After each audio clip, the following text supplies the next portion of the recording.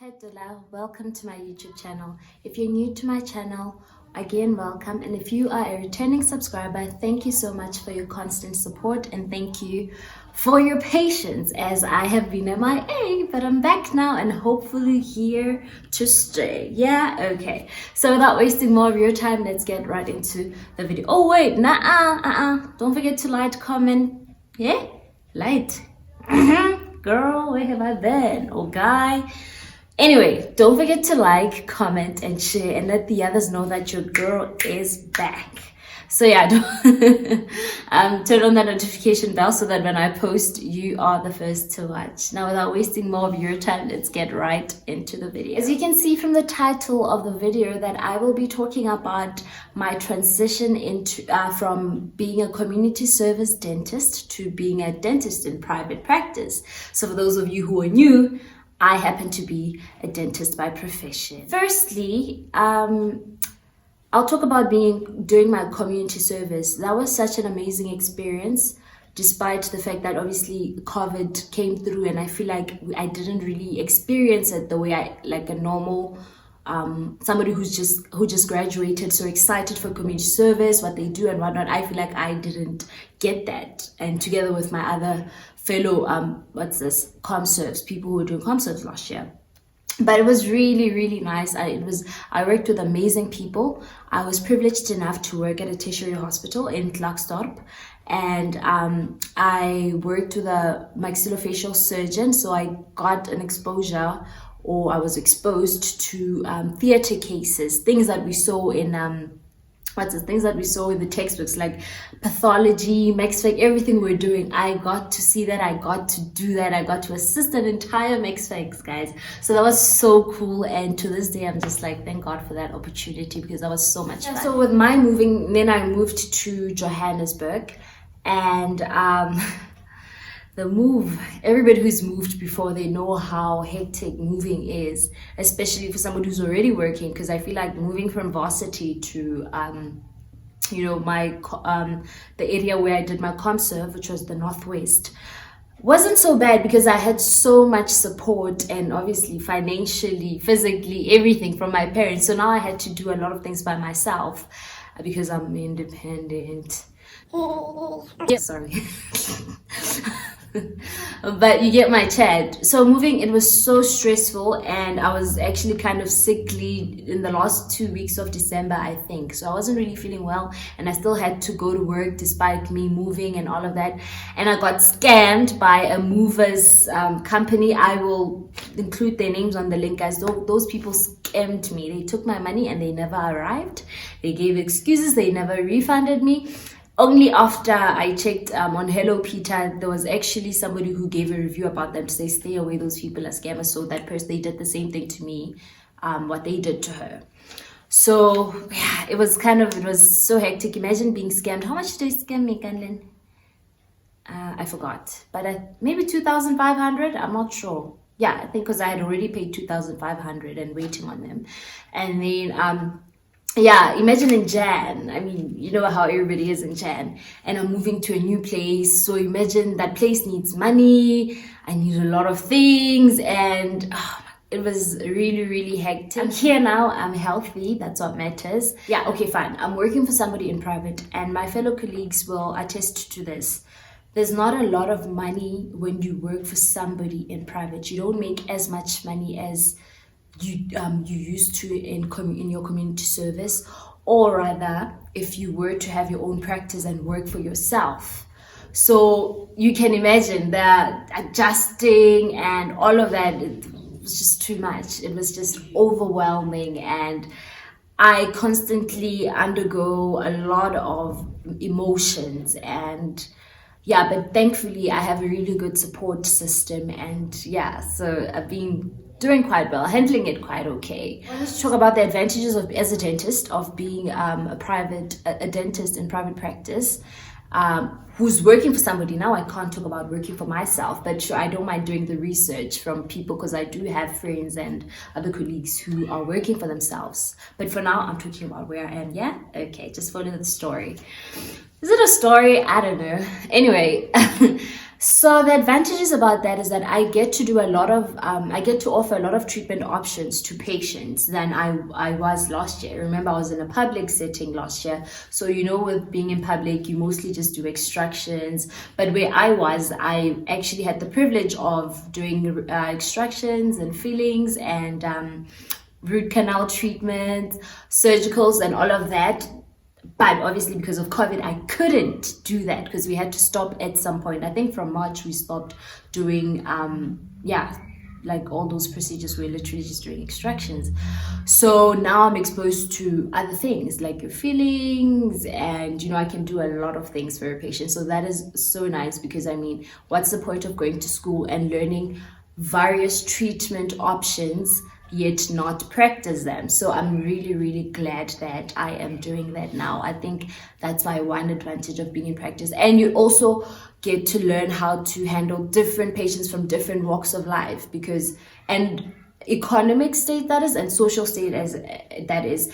And I've been really, really blessed to handle these cases so well because I'm just like I sit alone, I'm like, why am I not opening my own thing? Because the Lord is just blessing me and I'm just finding it very, I don't want to say easy, but it comes off naturally, just communicating with patients and explaining to them what I'm doing for them and what treatment options there are and just all of that. It's just really, really nice working with, being able to offer a number of treatment options and letting the patients choose for themselves and explaining everything. So it's really, really nice. And then I also wanted to talk about, and the fact that I get to treat a patient holistically as opposed to when I was in ComServe. I just treated the main complaint because I need to think there's a long queue of patients outside who are in pain. So I need to attend to them as well. It's just so nice. I like that. I really, really love what I do. But all of that for little money. For little money, guys. It's very sad that I'm really, really grateful for where I am today and for what I have, don't get me wrong.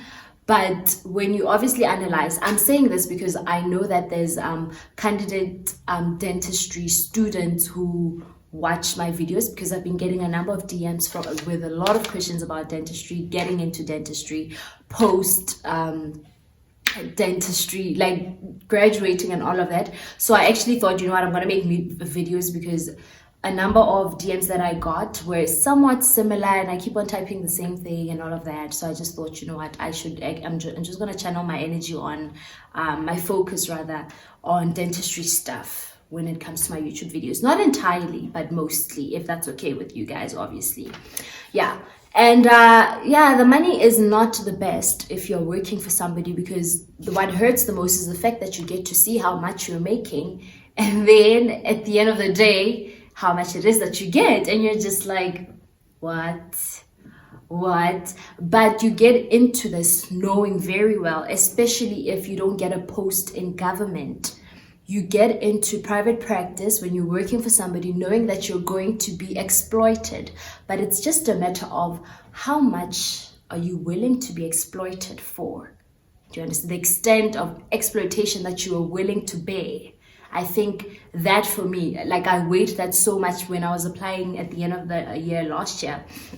And but as time goes on, you're just like, oh Lord, I didn't imagine I'd be here, but guess what? You're here. What can you do?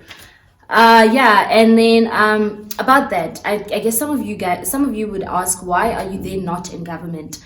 There aren't a lot of government posts. And for those who are currently in their final year, I will advise that you apply to the Eastern Cape. I know a lot of people don't like the Eastern Cape, but if you apply to the Eastern Cape, I promise you are guaranteed a job. I know of 2 groups or 3 groups before I graduated who went to the Eastern Cape, who did their ComServe in the Eastern Cape. They got to retain their jobs, and if not, they were transferred to other hospitals or clinics within the Eastern Cape. But if you go to Limpopo, Gauteng, and I'm just mentioning the ones that I know of, Limpopo, Gauteng, and where was I? The Northwest. Boo.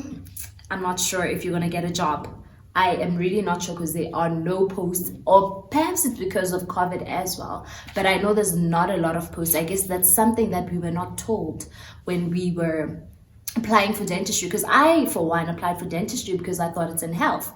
And it's always said that as much as there's a lot of unemployed graduates in South Africa, but you can never be unemployed when you are in the health sector. What a lie. What a lie. There are no jobs. If you are not creative enough or smart enough or hardworking enough to, just try to put yourself out there, then unfortunately you will be you'll be part of the statistics that you are an unemployed graduate, even in health, unfortunately. So so it's been really hard getting into government, but we are on the lookout for posts and whatnot. So like I said, my advice is apply to the Eastern Cape, you'll get a job. You will be guaranteed a job post-ComServe, yeah? Okay, cool. There's just so much in private, guys. That's what I can tell you. And if you are, I'm reminding you, I'm talking about when you're in private and working for somebody else. And you need to think, you need to also be alert of the type of people that you are working for. And you need to know, are you working on, do you have a standard salary, or are you working on a commission-based salary? Because if you're commission based, then you have to be in a busy practice, otherwise you're not going to make a lot of money. And then if you get a standard salary, at least you're safe, you know that I always have my money. But when you look at the amount of money that you make per month and the money that you get because it's standard, it becomes frustrating. So obviously those are some of the options that you have to weigh. Am I going to go commission based route, or am I going to go the standard route? But again, that obviously depends on your employer, right? And then I hope I'm not mumbling a lot. I hope I'm really making sense. Because if you have any more questions, or you don't understand something that I said, or you agree with what I've said, I'm sure this is not only happening in the health sector. I'm sure because I know there's a number of people who watch my videos who are not in the health sector, nor in dentistry to be specific, but they do watch the videos, and you know that these things happen. We're being exploited. So it's best that you do your own thing, or you have your own side hustles, and the sky's the limit, right? Okay, I think I didn't want to talk too much because this is my welcome back video. I threw myself a welcome back shower. Oh, welcome back. Sorry guys. Well, basically that's what I wanted to say. I think that's what I wanted my video to be about. I just didn't want to start talking about how I was MIA, but I'll tell you why I was MIA. I needed a break, guys. Like, so much has happened, and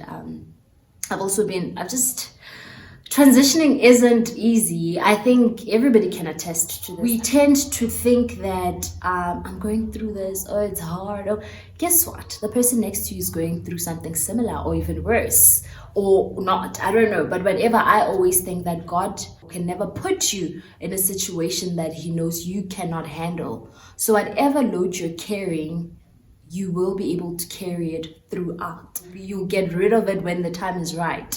Obviously, if you are also ready, let's stop throwing ourselves some pity parties and start working towards what we want and start living our lives. Life is too short, guys. That's what I learned. Use the little that you have to better yourself, to better the person next to you, to better your families, to just be happy. Like I said, I think I've said it. I've been okay because of my support system and because Jesus is still Lord. So it's been quite interesting.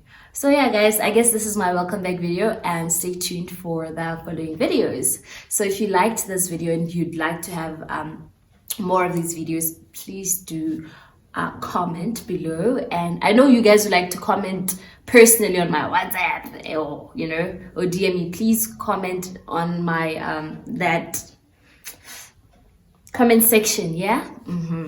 Comment right there, and then I will be happy to answer your questions. And if you have any video ideas as well, please feel free to help your girl out, because making content is ni matrasni, okay? But thank you so much for watching, and thank you for welcoming me back.